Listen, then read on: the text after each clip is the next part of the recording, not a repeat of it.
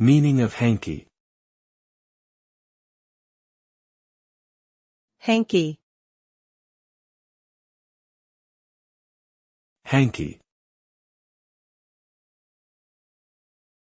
Hanky. Hanky.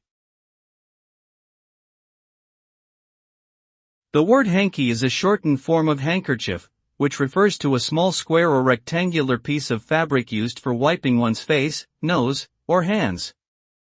Handkerchiefs have been used for centuries and are often made from cotton or linen. They can be plain or decorated with patterns or embroidery.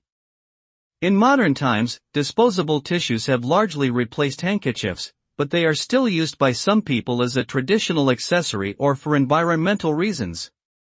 Overall, hanky is a slang term that refers to a handkerchief.